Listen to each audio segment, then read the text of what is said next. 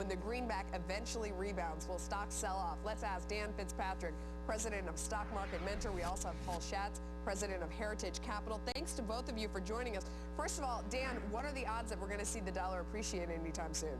Anytime. It kind of depends on what your definition of soon is, but I don't.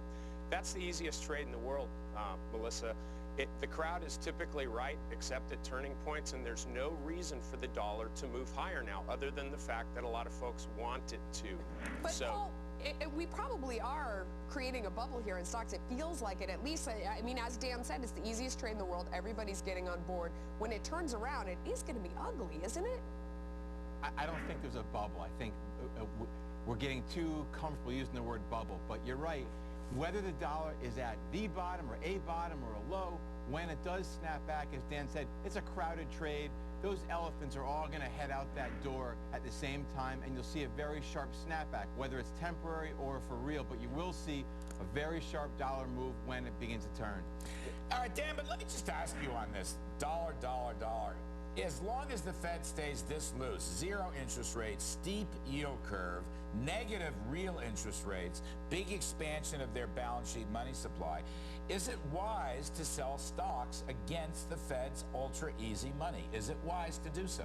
No, I think you have to be really long. As you know, because we've chatted many times, Larry, I'm mushroom cloud bearish on the economy long term, but short term, going against equities in such a cheap dollar environment when equities are even cheaper to foreigners with foreign currencies, that's, I mean, don't want to offend anybody, but that's a fool's game. You have to stick with the trend, and the trend's higher. You may be holding your nose the whole way, but we've got a really strong equity market, and it's important to trade what is rather than what should.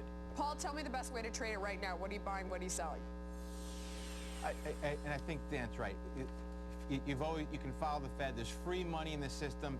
It should be in the system for another 6 to 9 months. So I think absence your normal 5 to 8% corrections, you can stick with technology. You can stick with materials. And you can even get, if you were a little more conservative, you can still stick with staples and even healthcare.